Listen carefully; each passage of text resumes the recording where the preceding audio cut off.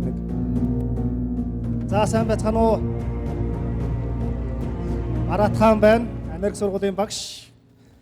Яг одоогоос 20 жилийн өмнө хамгийн анх хүнүүгийн булш малтах гэж явж хагаад хүрзээ дээш нь харуулж тавиад тэрийгээ сарны гэрэлд харж айгаад шүнжэнгүү сүнс зүүдлээд чин сэтгэлээсээ уйлаад яг чин сэтгэлээсээ уйлахаар хүний нулимс биш нусал гожд юм билээ.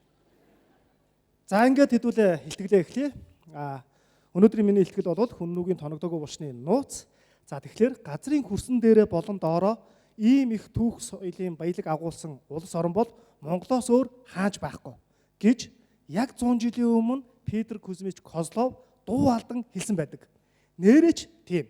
Угаасаа Монгол орн бол түүх соёлын маш их дурсгалтай орн.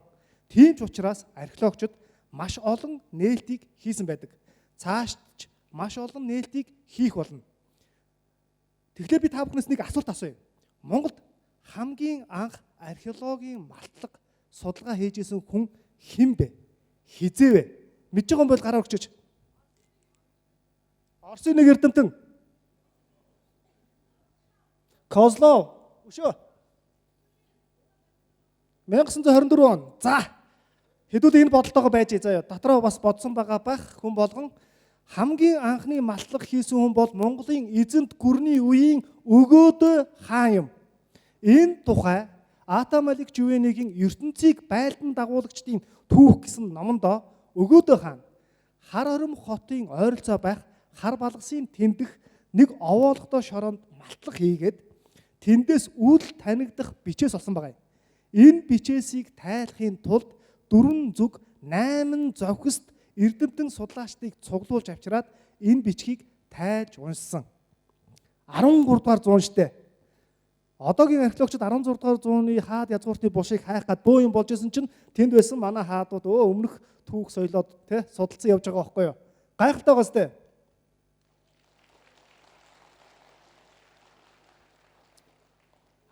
Дугаар зуун дэлхийн түүх Монголын түүхээр хэмжигдэж байсан үе. За тэгэхээр дараагийнх нь болохоор яг энэ 1920 он гарснаар яасан бэ гэхлээр хүнүүгийн одоо ингээд түүх сурвалжийн мэдээнд байдаг энэ баримтуудыг археологийн дурсгалаар батлах баримт олцсон. Энэ нь яг одоогоос 100 жилийн өмнө 1924 онд Козловын удирдсан судалгааны баг ноён ууланд хүнүүгийн хаад язгууртны булшийг нээж олсон. Энэ нээлт нь өөрөө цаашид хүнүүгийн хаад язгууртны булшны судалгаанд их үе таалгыг нээж өгсөн. Энэ цагаас хойш ер нь бүх цаг үеийн маш олон археологийн дурсгалуудыг судлах, малтах энэ ажил эхэлсэн байдаг. За тэгэхээр энэ бүх зүйлээс яг одоогийн байдлаар энэ 100 жилийн хугацаанд хүнүүгийн хаад язгууртны булш судалсан байна шүү дээ. Яг 100 жил. Тэгэхээр энэ хугацаанд яасан бэ гэхээр нийтдээ 14 байршилд 2734 ширхэг хүнүүгийн хаад язгууртны булш байна гэж байгаа юм. Монгол болон хил залгаа бүс нутагт. Уугуул Монгол нутаг гэсэн үг шүү дээ, тийм. Уугуул хүннүү нутаг. За энэ булшны судалгаанаас гадна яг энэ байрлал зүвгээр нь үзэх юм бол хүнүүгийн хаад язгууртны булшийг яг тухайн үеийн тэр нийгмийн байгууллагатай харьцуулж үзэх юм бол хүнүүгийн шанью төв хэсгээ захирдаг. Ханхун зүүн хэсгээ захирдаг, тийм. Баруун зүгийн жүкийн ноён гэдэг ингээд 3 гар болгон хуваагддаг. Энэ 3 гарын яг дунд хэсэг нь буюу төвийн хэсгийг шанью өөрөө захирдаг байсан байгаа юм. Энэ төвийн хэсэгт нь гол мод 2, ноён уул гэх мэт түүх соёлын ариун их баялагтай, дээрээс нь малтлаг судалгаагаар маш их ариун баялагтай олдурууд олддог. Энэ нь өөрөө шаньюгийн удмын булш байх боломжтой гэж. Үүнээс гадна та бүхэн харж байгаа үстэй энэ яг байрлал зүгээр нь аваад үзэхээр одоо нөгөө нэг Монголын түүхийг чинь ингээ булаацалдаг улс орнууд зөндөө байна шүү дээ, тий. Гэтэл яг энэ байрлалаар нь аваад үзэх юм бол 13 дугаар зууны үеийн байрлал бас яг энэ тэгэхээр уугуул хүннүү нутаг, уугуул Монгол нутаг гэдэг утгаар нь ойлгосон нь дээр болов. За дараагийнх нь болохоор бид сүүлийн 20 гаруй жилийн хугацаанд Голмод 2 хэмээх газар Арангаа аймгийн Өндөр улаан суманд малтлаг хийсэн. Энэ малтлагын газрын дэвсгэр зураг нь энэ байна. Энд нэг 100 гаруй хүнүүгийн язгууртны булш дагуул булшийн хамт байдаг. Энээс 2011 онд бид энэ 21 дугаар 1 гэсэн энэ дугаартай булшийг малтсан. Энэ булш бол 2011 онд бол маш том сенсац нэгдээсэн юу вэ гэхээр энэ өөрөө маш олон хүн ажилласан хамгийн гүнзгий, хамгийн олон түүх соёлын дурсгал олдсон. Одоо эндээс олдсон бүх олдврууд бүгдээрээ Чингис хаан музейд 4000 гаруй төрлийн алт мөнгөн эдлэлүүд байгаа. За үүнээс гадна бид бас 2017-оос 2019 оны хооронд Монгол Хятадын хамтарсан экспедиц энд бас 189-р булшийг малтсан байгаа. Энэ булшны малтлаг 3 жилийн хугацаанд үргэлжилсэн. За ингээд яваад үзэхээр би танараас ахаад нэг асуулт асууя. Ер нь Хүннүгийн хаад язгууртнуудын ийм эртний түүхэн сурвалж байна л да. Энэ түүхэн сурвалжууд дээр хойд насанд нь хэрвээ нэг язгууртан хүн нас орох юм бол хойд насанд нь үүшлэхэд хүн дагалдуулж оршуулдаг. Амар гоё айтайхан сайхан амьдраад байж исэн чи гингэд ой язгуурт нас орсон марата чи цуг яв шууд өөх те амар хэцүү байгааз те яаж амьдраад байгаа юм бэ гэмээр нэг гоё яг амьдраад байж исэн чинь яг энэ хідэн дагуул булш ер нь бол хідэн хүн дагалдуулж оршуулдаг бол хэлэх юм байна уу? 30 за окей. За тэгэхээр бид бол 189-р булшийг одоо яг дээрэс нь харж байна. А энэ 189-р булшны матлаг судалгаа би яг энэ археологийн маш нарийн юмнуудыг бүгдийг орхиод явчихж байгаа шүү. За ингээд яг ингээд бунхан хэсэгт ороод эхэлж исэн чинь нэг хөлний яс гараад ирдээ. Юу хөлний яс энэ ч одоо хаанаас гарч ирээд байгаа юм бэ? Уг нь авсан дотроо байх ёстой шүү дээ, тий. Бунхны дээд хэсгээс тэгээ нөгөөдгий чинь малтаад ингээд үзээдсэн чинь цаашаага яваад эхэлсэн чинь нөгөө яс чинь доошоо хараад ингээд яагаад байгаа юм бэ гэдэг ингээд малтаад үзээ сүүлд нөгөө он цагийн шинжилгээ хийгээд үзсэн чинь мань нөхөр энэ булштай ямар ч хомоогүй. Яг тухайн булшийг оршуулснаас 100 жилийн дараа нэг хідэн нөхдүүд тэр булшийг тонжоогоод өөрөө дарагдаад өгсөн байгаа байхгүй юу?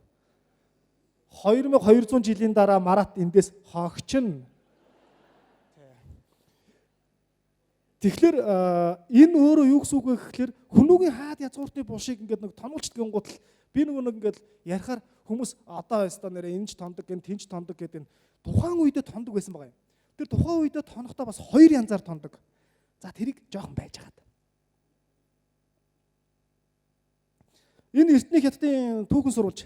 Энэ түүхэн сурвалж дээр юу гэсэн байгаа вэ гэхээр Хүннүгийн хаад язгууртнууд нас барсны дараа түүнийг амьд ах уйдаа хэрглэж байсан алт мөнгөн хувцас сунар эдэлж хэрглэж исэн бүх зүйлийн хамт оршуулдаг. Дээрээс нь 1000 хүн, зарим тохиолдолд 100 хүн дагалдуулж оршуулдаг гэж байгаа юм. Йоо, баларсан болох нэ те. 1000-ыг оршууланаас цог. Ч одоо хүү амаа яах юм бэ те. Тэгэхээр энэ түүхэн сурвалж гэдэг зүйл хүүхдүүдэд ийм байгаа юм. Хүүхдүүдийг нэ уучлаарай. Сурагчтай. Тэгэхээр ийм байгаа юм.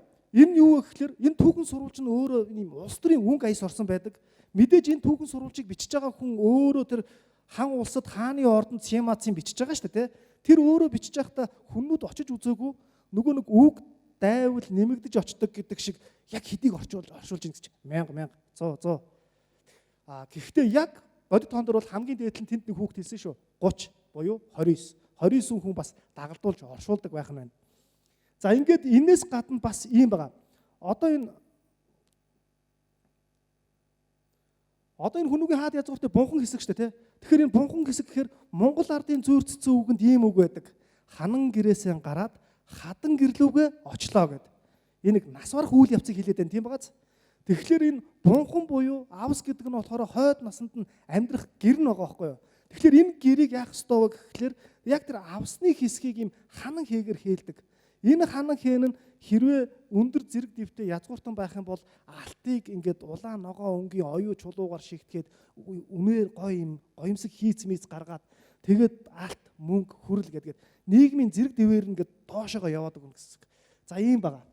За тэгэхээр үүнээс гадна бас амьд ах уйдаа хэрэгэлдэг байсан зүйлийг нь бас давхар оршуулдаг байсан байгаа юм. Яг тухайн үед Хүннүгийн үед нөгөө ертөнцийг үзэх үзлэр бүх зүйл амьтай байхгүй юу? Бүх зүйл амьтай. Жишээ нь за өөрөөр л авчихаас Марат нас орлаа. Нас оронгууд нь энэ хэрэгжилжсэн энэ хайртай юм байгаа тий. Тэгээ энтэй цуг оршуулах хэрэгтэй байхгүй юу? Гэтэл энийг яг цугт нь оршуулахад яг энэ чигээр нь оршуулахгүй. Ягаад гэвэл эзэн нь сүнсгүй болсон, амьгүй болсон. Энийг бас эмдэлж хэмхлэн гэсэн үг. Нөгөө нэг сэтэргээ аяган цай уудаггүй тий. За тэгээд нөгөө нэг тоногцсон булш маань азар нөгөө нэг их савны нөгөө нэг ёроол хоосонгүй гэж яддаг шүү дээ. Тэрнтэй адилхан энэ хос мөнгөн луу түүнтэй адилдах бас ингээд маш олон олдврууд олдсон. Энэ олдвор бол 2019 оны Америкийн археологийн сэтгүүлд тухайн оны онцлог 10 олдврын нэг болж бас нэг болсон. За одоо болохоор би та нарт нэг яг үндсэн сэдв рүү ороодох юм. Одоо хэдүүлээ нэг юм нэг хаалга цөмж орох гэдэг шүү дээ. Нэг нууц мууц руу нэвтрэх гээд байгаа. Гэхдээ та нар сайн ойлгоорой хүүхдүүдээ.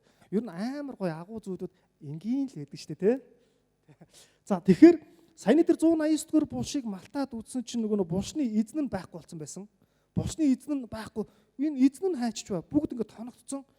Тэгэхээр энэ эзэн яасан бэ гэсэн чинь нөгөө түүхэн сурвалжид нийтийн тооллын өмнөх 74 онд ухаанчууд модун шаниугаас өмнөх хүннүүгийн шаниу нарын буш буунханг тонж байсан гэдэг сурвалжийн мэдээ байгаа. Энтэй адилхан холбогдоод явчихж байгаа юм.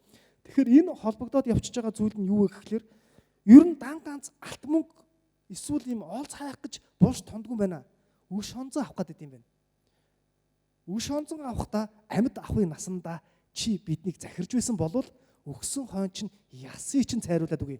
Гэвд нөгөө хүнийг чинь малтаад цааш нь ясыг нь гаргаад ирдэг гэсэн үг. За тэгээд нөгөө нэг наранд гаргаж тавихыг хийгээд байгаа гэсэн үг. Муухайг байгаас тээ. За дараагийнх нь.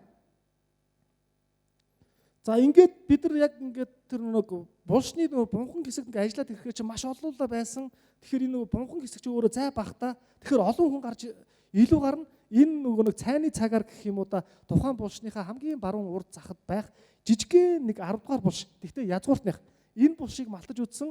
Ингээд малтаад 2-3 метрийн гүнд ороод эхэлсэн чинь 15 толгой тэгээ адууны толгой шүү. Адууны толгой. Атгаалжийн хар мангас биш. Адууны толгоогоор хийсэн зүлд. Дээрээс нь ногоон өнгийн сүйх тэрэг. Энэ сүйх тэрэг шүү дээ хөөдөө. Та нар нэг аим гой сүйх тэрэг мэрэг олддог. Яг энэ нь бол бидний нэг анх малтахад бол энэ нэг тоновчдын уул мөр идрэхгүй байсан. Дотроо бол бодож байгаа байхгүй яа тоногдог байгаасаа гэдэг. Тэгээ одоо энэ гараад эхлэнгууд чинь яг бүгд дистаралын дагуу байгаа учраас ашгүйдээ тоногдог байна гэдэг итгэл найдвар төрж эхэлсэн. Тэгээд бунхан хэсэг рүү орсон чинь бүх зүйл яг байрлалын дагуу байсан байгаа юм.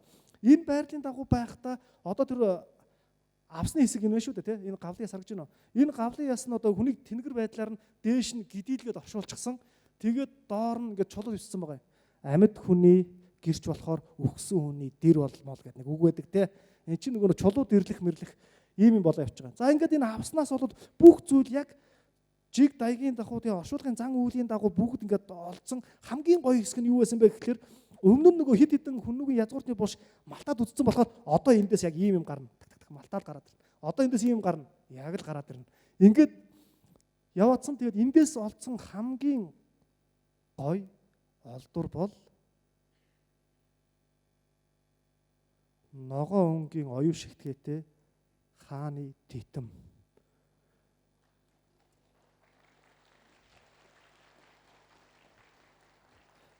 Алга ташинд баярлалаа. Би энийг угаас албаар хэмжээг нь тавиагүй. Яагаад гэвэл энэ жижигхэн хэмжээтэй бэлэгдлийнх байхгүй юу? Маш жижигхэн хэмжээтэй. Гэхдээ яг толгой дээр нь байсан. Тэгээ энэ толгой дээр нь байхаас гадна энэ булшны яг толгойн тэр ханан хэсэгт нь алтаар хийсэн нар сар байгаа юм. Угаасаа хүннүүгийн хаад язгууртны булшнаас олддог. Тэр нь юу гэсэн үг вэ гэхээр хүннүүгийн шаниу өглөө наранд орой үдэш саранд мөрөгдөг. Бөө мөрөглийн зан үйлтэй байсан гэсэн. За ингээд дараагийнх нь болохоор ийм төрлийн зүйлүүд олдсон байгаа юм. Энэ нь бол тэр адуу малын хэсгээс олдсон адуу малын хэсгээс энэ холдрог хөмөлдөрний чимэглэлүүд энэ хээ чимэглэлийг би яг ярих гээр угаас цаг дуусах гэдэг та нар гоё ингээд нүдэ баясгаад харчаараа заяа. Тэгээ энэ нь бол утга санаа нь ийм юм шүү. Энэ бэлэгдэл нь өөрөө болохоор энэ бэлэгт гөрөөс. Бэлэгт гөрөөс гэдэг маань өөрөө ямар учиртай юм бэ гэхээр дээд тэнгэрт одоо нэг ивэртэйгээс ганц ивэртэй. Юникорн шүү дээ. Дээд тэнгэрт ганц нар байдагтай адилхан газар дэлхий дээр ганц хаан байх ёстой. Чигч ариун шудраг гэсэн зан үйлийг үзүүлж байгаа юм. 18 настай нөхөрт гараагүй эмэгтэй хүнд л харагддаг гэдэг домогтой. За ингээд энэ нь бол яг л нөгөө шаниугийн удмынх байх боломжтой гэдэг утга санааг илэрхийлж байгаа юм. Саяны энэ олцсон олдрууд тэр дээрээс гарсан тэр сүүх тэрэг эдгээр бүгдээрээ нийлээд ингээд ийм сайхан зүйл ахгүй юу уг нь бол. За энэ зураач хонгор зулгаан зурснаар хүннүүгийн гүнж айсуу гэдэг зураг. Тэгээ ерөнхийдөө яг саяны олдрууд бүгдээрээ яг иймэрхүү байдалтай байгаа юм. Тэгэхээр энэ бэлэгдлийн зан үйлээс гадна практик ач холбогдолтой юм. Энэ практик ач холбогдол нь юу вэ гэхээр сүүг тэрэг өөрөө хүнд. Тийм учраас тэр хөдөлгөөн морийн холдрог хөмөлдөрний чимэглэлүүдээр ингээд хөндрүүлж өгөөд нөгөө физикийн хуулиар юм тэнцвэржүүлсэн зүйлийг бий болгоод өгч байгаа юм. Уруу газар алдахгүй, өгсүр газар нэг тэргээ хойшоо алдахгүй гэдэг ч юм уу тий. За ингээд энэ бүхний эцэст хэлэхэд бол одоо бол энэ маш олон археологийн шинжилгээ ухаанууд ингээд маш олон шинжилгээ ухаануудтай хамтарч ажилладаг. Одоо зөвхөн археологчид нийлээд ингээд нэг буулш малтаад нэг юм болоод окей энэ бол гоё нээлт гэж хэлэх юм бол шууд очиж хан мөрөх гээд байгаа байхгүй юу? Яагаад вэ гэхээр археолог өөрөө шинжилгээ ухааны дэвшилтэд олон аргуудыг те хим, физик, биолог, амьтан судлал, яс судлал те энэ олон шинжилгээ ухаан тэр бүхэтэл одоо нэг инженер техникийн ажилчид компьютер график энэ бүхний үнцэг хоорондоо нийлж иж археологийн шинжилгээ ухаан цаашаа илүү үнэнд ойртсон дүгнэлт гаргадаг.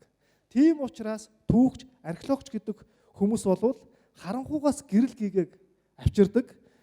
Тодорхой бусаас тодорхойг бий болгодог шинжилгээ ухаан юм. Баярлалаа.